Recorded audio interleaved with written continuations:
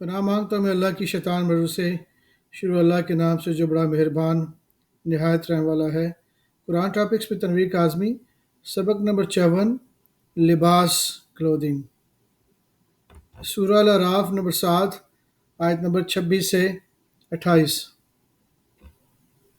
اے بنی آدم، ہم نے تم پر پوشاک اتاری کہ تمہاری شرمگاہوں کو چھپائے اور تمہارے بدن کو زینت دے، اور جو پرہیزگاری کا لباس ہے وہ سب سے اچھا ہے۔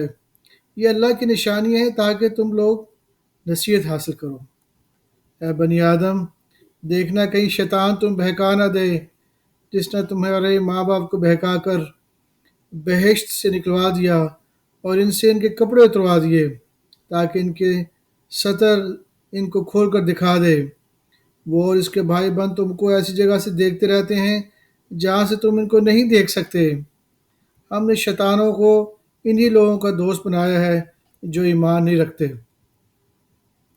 اور جب یہ لوگ کوئی بے حیائی کا کام کرتے ہیں تو کہتے ہیں کہ ہم نے اپنے بزرگوں کو اسی طرح کرتے دیکھا ہے، اور اللہ نے بھی ہم کو یہ حکم دیا ہے۔ کہہ دو کہ اللہ بے حیائی کے کام کرنے کا تو حکم نہیں دیتا۔ کیا تم اللہ کی نسبت ایسی بات کہتے ہو جس کا تمہیں علم نہیں؟ سورہ الاعراف نمبر 7، آیت نمبر 31 سے 33۔ اے بنی آدم ہر نماز کے وقت اپنے آپ کو تیار کیا کرو، مزین کیا کرو، اور کھاؤ اور پیو اور بیجا نہ اڑاؤ کہ اللہ بیجا اڑانے والوں کو دوست نہیں رکھتا۔ پوچھو تو کہ جو زینت و آرائش اور کھانے پینے کی پاکیزہ چیزیں اللہ نے اپنے بندوں کے لیے پیدا کی ہیں، ان کو حرام کس نے کیا ہے؟ کہہ دو کہ یہ چیزیں دنیا کی زندگی میں بھی ایمان والوں کے لیے ہیں، اور قیامت کے دن صرف انہی کا حصہ ہوں گی۔ اس طرح اللہ اپنی آیتیں سمجھنے والوں کے لیے کھول کھول کر بیان فرماتا ہے۔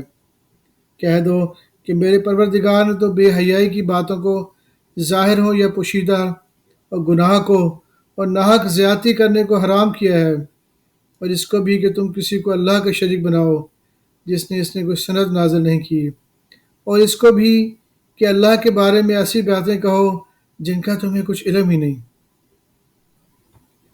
سورہ النور نمبر 24، آیت نمبر 31۔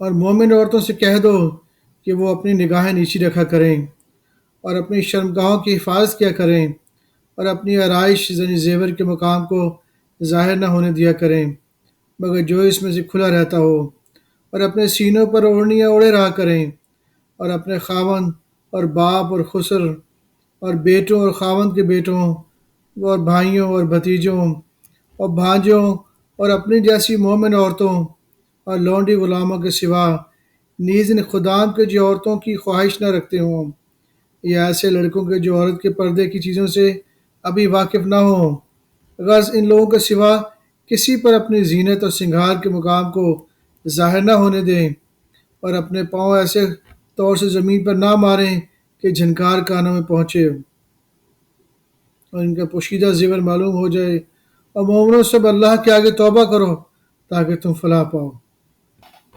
سورہ النور نمبر 24، آیت نمبر 58 سے 60۔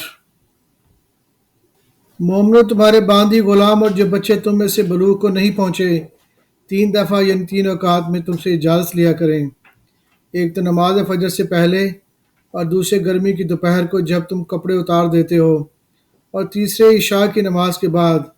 یہ 3 وقت تمہارے پردے کے ہیں، ان کے آگے پیچھے ان دونوں وقتوں میں نہ تم پر کچھ گناہ ہے اور نہ ان پر کے کام کاج کے لیے ایک دوسرے کے پاس آتے رہتے ہو۔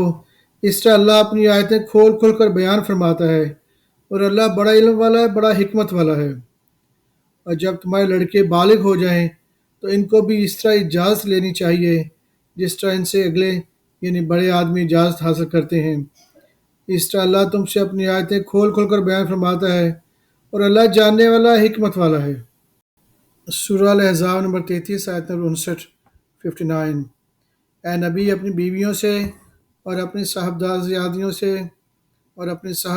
سے اور مسلمانوں کی عورتوں سے کہہ دیں کہ وہ اپنے اوپر اپنی چادر لٹکا دیا کریں، اس طرح بہت جلد ان کی شناخت ہو جایا کرے گی اور نہ وہ ستائے جائیں گی، اور اللہ تعالیٰ بخشنے والا ہے، مہربان ہے۔